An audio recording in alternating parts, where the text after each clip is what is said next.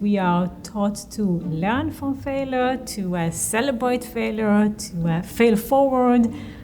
Graduation speeches often talk about how much you should dare to fail and learn from your failures. Managers talk about the lessons that they personally had from failures. If you just listen to public speaking, you would think that we are pretty tuned into failures. However, this is not the case. When we experience failures in our everyday life, is that the common response is to ignore the failure, and we basically don't learn anything if we ignore the experience that we just had and the lesson that we just got. To the extent that failures are being ignored, to the extent that we actually tune out other than tune in, then there is no learning whatsoever from failures. And when there is no learning from failures, that's quite in contrast with the general impression that failures were teachable moments in our life. Most of the time when we failed, we just didn't pay attention. My collaborator, Lauren Esquis-Winkler, and I were developing a paradigm where people are asked a question and there are two possible answers. And the first time they see these questions, they are basically guessing and they have equal chance of getting it right or wrong. We asked telemarketers, for example, questions about consumer behavior, and there are two possible answers, and so they are kind of guessing and they either got it right or wrong. On the next phase, we test them on what they have learned, and now we present the same question or variation of the same question with the same two answers, and we see whether they got it right. Now, on this phase, on the test phase, they are supposed to know either way. If you got it right, then you know the correct answer. If you got it wrong, then you also know the correct answer. It's the other answer.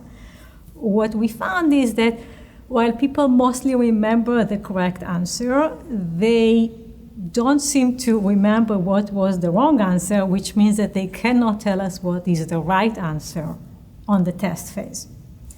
We find that with questions that we presented to telemarketers about their work, basically. We found it when we asked people about a language that they didn't know. So we present a symbol in some ancient language and ask them whether this is, let's say, a bird or a piece of furniture. They are guessing. They make their guess. They are either correct or incorrect. And later on, we test them about their knowledge. So remind me, what is this symbol again?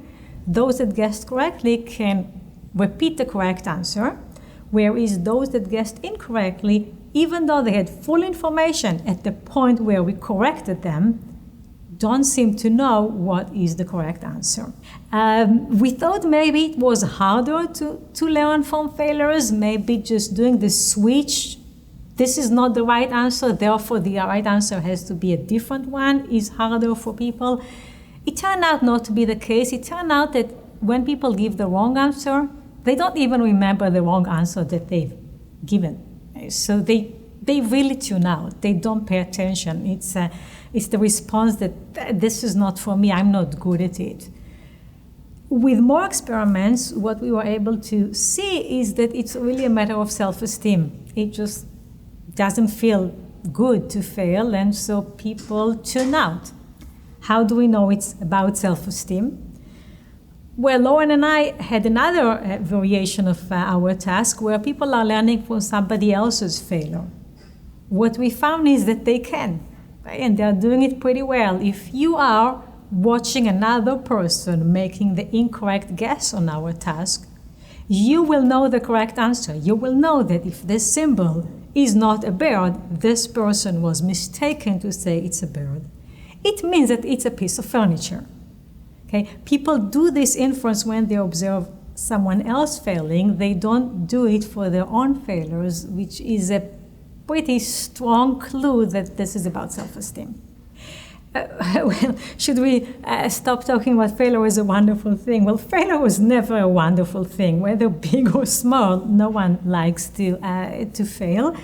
We should acknowledge that it's hard to learn from failure. We should understand that by exposing ourselves to failures, well, we might not be giving ourselves the best chance to learn.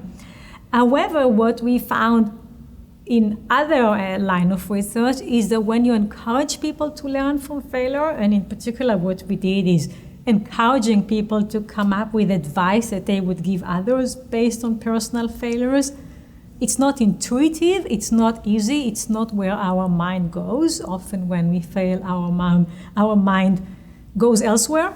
Basically, let's not do that, let's engage in something else. But we can learn from failure if we are encouraged to do so. What we also find is that we can learn from others' failures, which means that the failures should be shared, that by talking about our failures, by telling others, they might be able to extract lessons that are often harder for us to extract because our ego is involved.